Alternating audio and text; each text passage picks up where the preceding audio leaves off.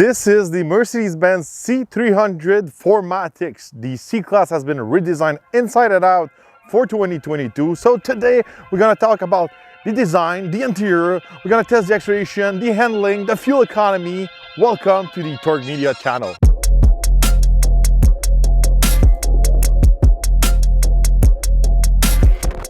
Under the hood of this C300, we can find a 4-cylinder, 2-liter turbo. This is good for 255 horsepower, 295 foot-pounds of torque. This engine is matched to a mild hybrid system of 45 volt and a 9-speed transmission. So I'm gonna go on the road and test this 2-liter with the EQ Boost mild hybrid system.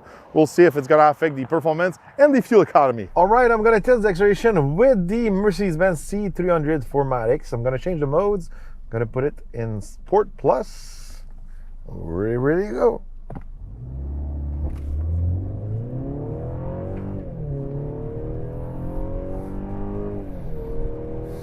There you go.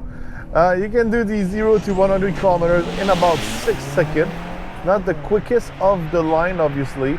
I think this C300 prioritizes the fuel economy over the performance. And this powertrain, even if it's an hybrid, it's not kind of like clunky of the line. Behind the wheel of this Mercedes-Benz C300, it's really smooth. You don't feel you're having a hybrid powertrain under the hood.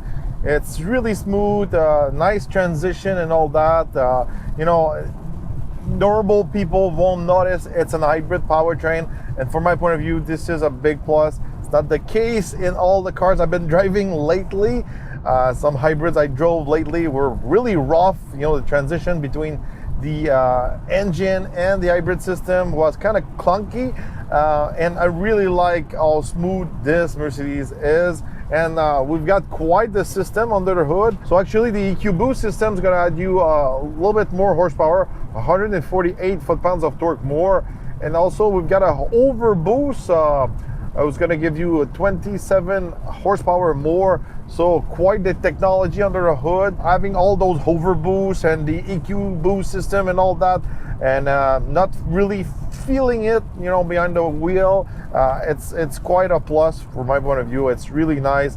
And driving this C100 is so comfortable. It really feels you're inside of a mini S-Class. Super comfortable, super smooth. It's fun to drive. It's really a nice car to drive on a daily basis. It's quite one of my, it's probably one of my favorite little 4-door sedan to drive.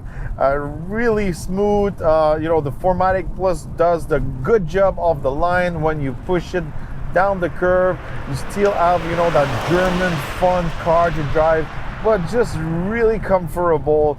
Really nice job. You know, just the driving dynamics with the comfort to get. It's right on the spot. It's really top of the line Mercedes-Benz. Even if it's a C-Class, really good job on the suspension and just the way it drives on a daily basis. Really nice. I know from my point of view, it might lack some performance for my point of view, my taste. I think this car is a little bit more focused on the fuel economy than the performance and the comfort. Obviously, if you need more performance, there's got to be AMG models coming out soon also. So no worries on this side. Speaking of the exterior design, brand new for 2022, new design in the front and the back. Really classic modern look. I really like that. It still looks like a C-Class, but it's a good update. I like the rear end, how smooth it is with the tail lights and all that. Nice design. One thing I really like this week is the wheels. I think they look original. I like the look of it. They really wrap up those, you know, brake disc. It's a cool new design, and I think it's kind of like a signature look for this C-Class. I really like that. Stepping inside, new major update for 2022. We got that new big screen in the middle. It works pretty well. We don't have that funky pad anymore. I prefer, you know, having this type of digital, you know, screen. I know they remove a lot of the buttons, but everything works pretty well and it's pretty quiet and simple. I was not a big fan of the mouse pad, so I prefer this system. It's a nice upgrade. There are still some little buttons, but they're more like touch buttons than actual real button. So you can slide your finger to raise up the volume of the radio and stuff like that. You can change your mode with the dynamic button. Overall, the screen works really well and it looks good. We've got digital cluster in front of me, really bright, really easy to look at. We've got an heads-up display also with the speed in front of us. Really nice steering wheel. I like the Mercedes steering wheels. We've got paddle shifter and all that. Really simple to understand. The buttons are all at the right place and you can do a lot of things with the steering wheel. That's a big plus. I like the gear shifter also. I think you know, it's simple and it looks good. I know it's kind of like old school, you know, column shifter, but I just like this shifter.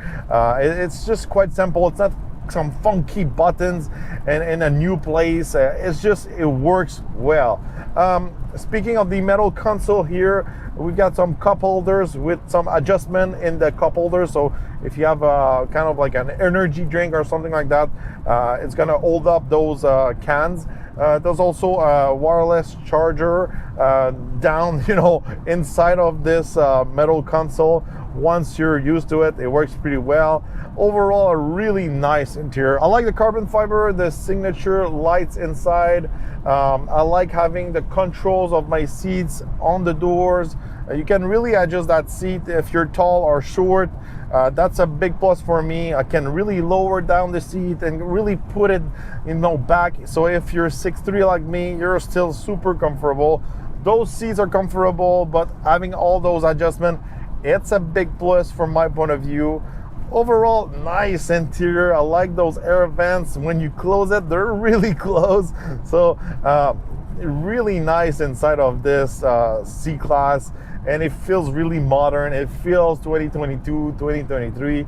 Stepping in the back, decent amount of space for the size of this four-door sedan, and also quite comfortable. And you got some nice light coming inside of the cabin with those two panoramic roof, so it feels like you're inside of a bigger car. Looking at the trunk, decent amount of space once again for the side of this sedan. Such a practical little luxury sedan to use on a daily basis. I really like it. Fuel economy wise, this is where the EQ boost system really shines. I've been averaging 8 liters per 100 kilometers this week. It's pretty decent, you know, for the horsepower, the all-wheel drive system, a luxury sedan.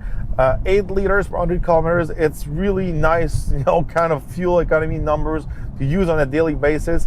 And if you do a lot of highways, I think you can go down easily in the 7 liters per 100 kilometers. And on top of that, this week I didn't really use the eco mode, so probably we're looking more into the 7 liters per 100 kilometers.